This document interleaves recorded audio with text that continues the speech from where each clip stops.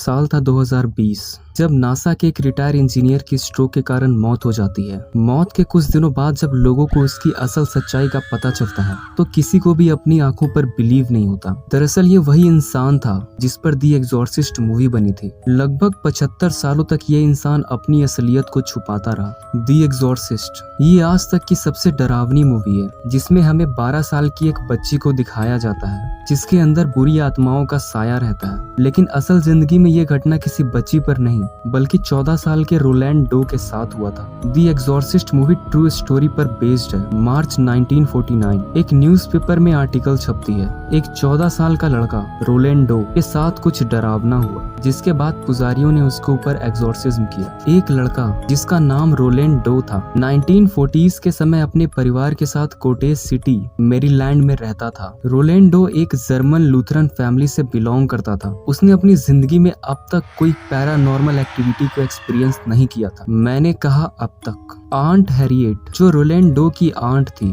उसने उसे उसके बर्थडे पर एक ओइजा बोर्ड गिफ्ट किया। इसके कुछ ही दिनों बाद आंट हैरिएट की रहस्यमय तरीके से मृत्यु हो जाती है। आखिर उनकी मौत कैसे हुई ये कोई नहीं जान पाया। इस घटना से रोलैंड डो और उसकी फैमिली बेहद दुखी थे। यहाँ से शुरुआत होती है। आंट हैरिएट की मौत के बाद रोलैंड डो उनके द्वारा दिए गए ओइजा बोर्ड से खेलता है। मुझे लगता है कि मैं कुछ गलत बोल रहा हूँ। वो ना ही सिर्फ खेलता बल्कि शायद उनकी आत्मा यानी रूह से बात करने की कोशिश करता। कुछ दिनों तक तो सब कुछ नॉर्मल था लेकिन उसके बाद उनके घर में कुछ अजीब अजीब घटनाएं घटने लगी। दरवाजों का अपने आप खुलना या बंद हो जाना, चीजों का अचानक गिर जाना, पानी के नल का अपने आप खुल जाना, अपने घर में किसी के होने का एहसास होना, ये सब उनके लिए आम बात हो गई थी। लेकिन हद तो तब हो गई जब रोलैंड डो पर किसी रूह का साया आ गया। शायद कुछ चीजें हमें इग्नोर नहीं करनी चाहिए और रोलैंड डो के माता पिता ने जिस घटना को इग्नोर किया उसे तो बिल्कुल नहीं। अब रोलैंड डो की हरकतें किसी आम बच्चे जैसी नहीं रही। वो रात भर अजीबोगरीब आवाजें निकालता, अजीबोगरीब हरकतें करता।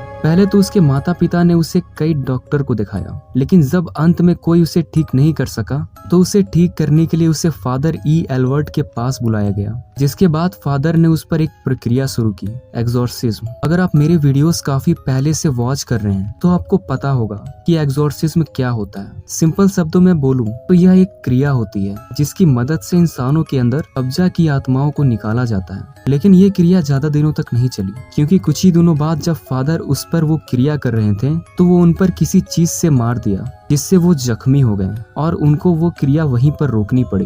दिन प्रतिदिन रोलैंड की तबीयत और बिगड़ने लगी। एक दिन उनके माता पिता सेंट लुइस यूनिवर्सिटी गए जहां उन्हें 2 प्रीस्ट मिले, फादर वॉल्टर एच और रेव विलियम। जब उन्हें ये घटना का पता चला तो वो रोलैंड की मदद करने को तैयार हो गए। करीब 28 दिनों तक लगातार उन्होंने उस पर एग्जॉर्सिज्म किया और लकीली रोलैंड उसके बाद ठीक हो गया। ये पूरी घटना अपने समय की सबसे भूतिया घटना थी।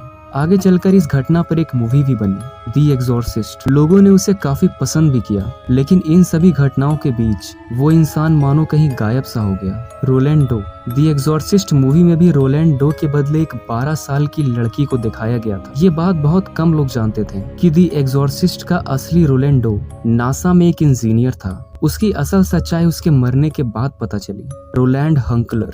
मैं नहीं जानता तुमने ऐसा क्यों किया। शायद इसलिए कि तुम अपनी उस बचपन की याद को हमेशा के लिए मिटा सको। इंडिया के फेमस यूट्यूबर जिन्होंने असली पैरानॉर्मल एक्टिविटी को एक्सपीरियंस किया। अगर आपको ये जानना है तो यहाँ पर क्लिक कीजिए और सब्सक्राइब तो आपने कर ही दिया होगा, उसके लिए थैंक्स।